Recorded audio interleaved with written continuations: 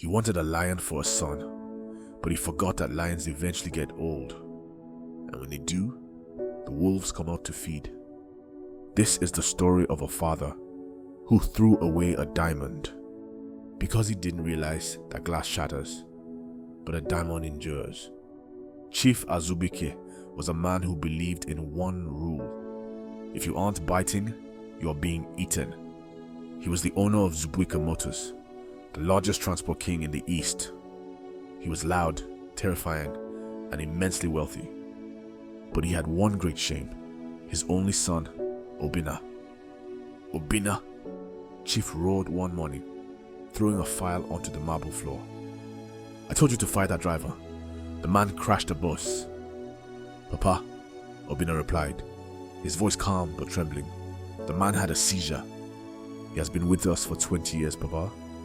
He has 3 children in the university. How will he train them? If I fire him without benefits, his family dies. I moved him to the dispatch office." Chief Zubuike laughed, a dry, cruel sound. "You moved him? You? You are running a charity, not a business. You are weak, Obinna. Your mother gave you a heart. That's why you have a soft spot. A soft man cannot rule a kingdom."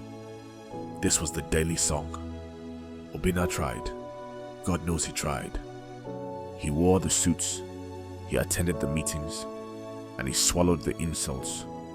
He wanted his father's love so desperately that he carved pieces of himself away to fit the mold. But it was never enough. Then came the incident. One rainy evening, Obinna came home early to find his father drinking with a young man named Kelvin. Kelvin was everything Obinna was not: loud, arrogant, and hungry. A cousin from the streets. "This is Kelvin," Chief announced. "He just convinced the union to drop their strike via blackmail. That is business." Obinna looked at Kelvin, who smirked. "That's not business, Papa," Obinna said. "That's wickedness." "And that," Chief slammed his glass down, "is why you will never sit on my chair." The breaking point came 2 months later. Zubuike Motors was merging with a rival. To seal the deal, Chief Zubuike needed to evict a small community living on a plot of land. "Go there," Chief told Obinna. "Bulldoze it, today." Obinna drove to the site. He saw women cooking, children playing football in the mud, old men playing drafts. If he destroyed this, he destroyed their lives. He couldn't do it. He turned his car around and drove back to the mansion. He walked into his father's study. The air was thick with tension. "Is it done?" Chief asked, not looking up. "No," Obinna said, "and I won't do it." Chief Zubuike slowly took off his glasses. "Excuse me. I won't do it, Papa. I am not a monster. If this is what it takes to be your son, then I resign." The silence was deafening. Chief stood up, his face purple with rage. "You resign? You are nothing without me. The clothes on your back, the car you drive, I pay for it." "Then take it," Obinna yelled, tears finally spilling. "I am tired of apologizing for having a conscience. You want a monster? Go find one." "Get out," Chief whispered. "Leave my house. Leave my name." Obinna left that night with one suitcase. He left his Porsche and his inheritance. He walked out into the rain, terrified, broken, but for the first time in his life, free. The very next day, Kelvin moved in. "My son," Chief called him. Kelvin was perfect.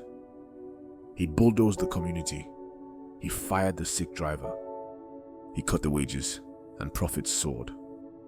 The village women whispered, "Chief has found a snake to guard his house." Kelvin knew exactly how to play the game. "Papa, you're working too hard. Let me sign the checks." "Papa, that land, put it in my name for tax reasons." Blind with pride, Chief signed everything away. Meanwhile, Obinna was suffering. a prince of transport, now washing plates in a restaurant. It was humbling. He cried many nights.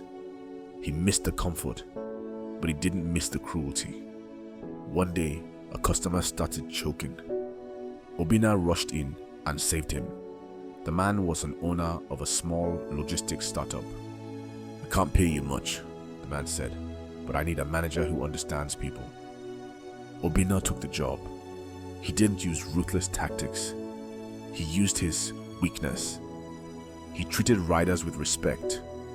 Drivers from Zubuike Motors, tired of Kelvin's cruelty, began to defect to Obinna's company.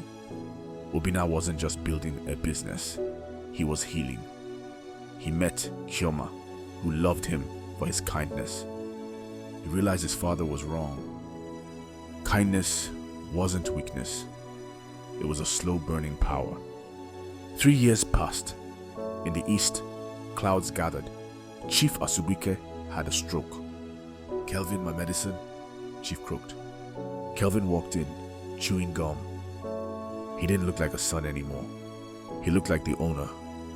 "The medicine is expensive, old man, and business is bad. They froze our accounts." "What?" "Call the lawyer," Chief cried. "I fired him. The new lawyer works for me. This house belongs to me too. You signed it last Christmas." Chief Zubuike felt a cold terror. "Kelvin, I made you, and you made me a shark." Kelvin smiled. "Sharks eat, Papa, even their creators." The hell began. He moved Chief from the master bedroom to the boys' quarters. He fed the great Chief Zubuike gari and water once a day. He brought women into the main house, throwing parties, while the old man lay in his own filth. One night Kelvin came in drunk. "You're smelling up my house. Tomorrow, I'm putting you in a shelter." Chief Zubuike cried. He cried not for his money, but for Obinna. He remembered the son he called weak. That weakness was the only thing that could save him now. Desperation gave him strength. That night, Chief Zubuike crawled out of the window. He dragged himself through the mud to the main road. A truck driver recognized him. A driver Obinna had once saved. "Chief," the driver gasped. "Take me." "To Obinna," Chief whispered. The drive to Lagos took all day. When they arrived at Dove Logistics, Chief couldn't believe his eyes. It was clean, organized, and bustling. Obinna was in a meeting when his secretary ran in. "Sir, there is a beggar outside. He says he is your father." Obinna froze. He walked out to the reception. There, sitting on a plastic chair, was the Lion of the East. Chief saw Obinna in a tailored suit, looking strong. "Obinna," he choked out. He tried to kneel, but he fell. Obinna didn't gloat. He ran and caught his father. "Papa," Obinna cried. "I was wrong," the old man wept. "The wolf ate me, Obinna. The wolf ate me." Obinna took his father to the best hospital. He paid for the surgeries. He moved him into his own guest house. For weeks, Chief didn't speak. He just watched Obinna play with his newborn daughter. He watched how Obinna treated his staff with respect. One evening, Chief finally spoke. "You defeated him, didn't you?" Kelvin ran it into the ground. "He has been arrested." "I bought the assets at an auction," Obinna said. "I called you weak," Chief said, "but you were strong enough to build this without cruelty. And you were strong enough to save the man who threw you away. Papa, a king who rules by fear will be eaten by his guards, but a king who rules by love has an army who will die for him." The camera pans out as Obinna helps his father meet his granddaughter. Be careful what you call weakness. Kindness is not the absence of teeth. It is the choice not to bite.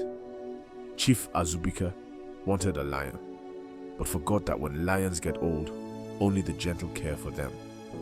don't throw away a diamond because it doesn't cut like glass. One day, you'll realize that glass shatters, but the diamond endures. Thanks for watching. Subscribe for more stories.